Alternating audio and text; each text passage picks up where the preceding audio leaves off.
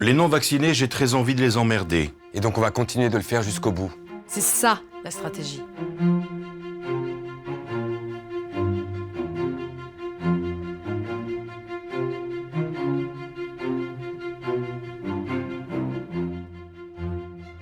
Nous ne sommes toujours pas dupes. Nous ne sommes toujours pas dupes. Depuis le mois de juillet 2021 et la mise en place de passes dans des lieux du quotidien, Malgré les promesses faites au printemps que cela n'arriverait jamais, le gouvernement mène une dangereuse politique de ségrégation à l'encontre d'une partie de la population. Un grand nombre de citoyennes et de citoyens s'est brutalement vu privé de ses droits élémentaires, et ce, dès l'âge de 12 ans.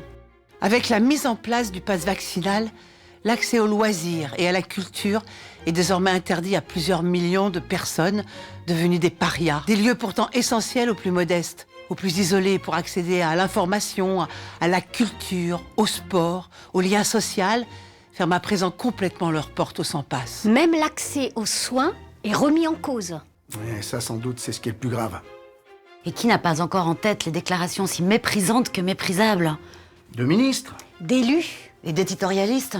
Rendre la vie impossible aux non-vaccinés. Il faut aller les chercher avec les dents et avec les menottes. Les personnes qui refusent le vaccin, ces jusqu'au-boutistes, sont une faille dans notre système. Faire porter le poids des restrictions aux non-vaccinés. Les non-vaccinés nous pourrissent la vie. les non-vaccinés nous pourrissent la vie. Une minorité de connards. Une minorité de connards. Des propos outrageants et discriminants qui ont largement trouvé écho auprès des médias. Ces stigmatisations atteignent un point culminant lorsque le président de la République déclare « Les non-vaccinés, j'ai très envie de les emmerder. Et donc on va continuer de le faire jusqu'au bout.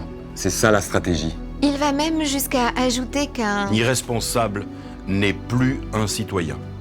Il dresse ici un mur entre les Français, désigne des coupables... Et appelle ni plus ni moins à la déchéance de citoyenneté pour ceux qui l'accusent de... Saper la solidité d'une nation et d'incarner le mensonge et la bêtise qui sont les pires ennemis en démocratie. Le « nous sommes en guerre » semble aujourd'hui prendre un nouveau sens, celui d'une incitation à la haine. En mai 2019, face au traitement médiatique du mouvement des Gilets jaunes et à la répression inouïe qui s'est exercée sur les manifestants, nous affirmions que nous n'étions pas dupes dans une tribune parue dans Libération. Aujourd'hui, le gouvernement cherche à désigner des boucs émissaires dans la population, alors qu'il se défausse systématiquement de toutes ses responsabilités dans la gestion de la crise. Dans le même temps, il orchestre la casse de l'hôpital public depuis des années, en plus de la destruction de lits en pleine crise. Nous ne sommes toujours pas dupes. Nous ne sommes toujours pas dupes. La dérive autoritaire se poursuit. Et se démasque de plus en plus.